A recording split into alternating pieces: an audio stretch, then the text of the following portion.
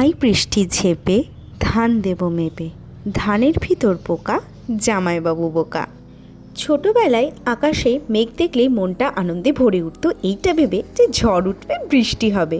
আর আমার তো ছোট থেকেই বৃষ্টি খুবই ভালো লাগে। যেই বৃষ্টি শুরু হতো অমনি বৃষ্টিতে ভিজতে চলে যেতাম ঠিক ছাদে।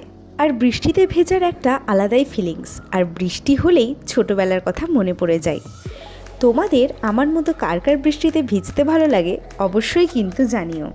সত্যি কথা বলতে বিয়ের আগে বা পরে কোনোদিনই সেইভাবে বৃষ্টিতে ভিজে আমরা প্রেম করিনি। করবো কিভাবে, আমাদের তো অ্যারেঞ্জ ম্যারেজ, প্রেম করার সুযোগই পাইনি। বৃষ্টির মধ্যে বেরিয়ে পড়েছি আমরা দুজন বড় বড় প্রেম করতে।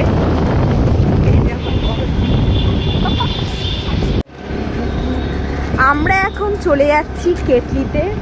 বৃষ্টির দিনে চা খেতে কার না ভালো লাগে, তো আমরা ঠিক করলাম একটু দুজন মিলে চা খেয়েই বাড়ি যাবো।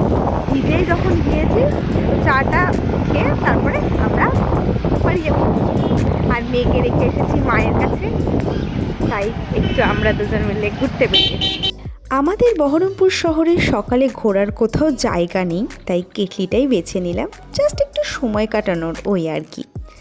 আর দেখো গঙ্গার ধারটা কি সুন্দর লাগছে, এত যে বৃষ্টি হচ্ছে কিন্তু লোকের সমাহার প্রচুর।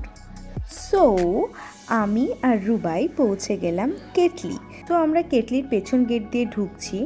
আর এখানে দেখতেই পাচ্ছ যে সেরকম ভিড় নেই, কিন্তু ভেতরে ঢুকে দেখলাম কয়েকজন ছিল আর পুরোটা ফাঁকা। তো আমরা চটপট চা অর্ডার করে দিলাম, আমি দুধ চা আর রুবাই লাল চা।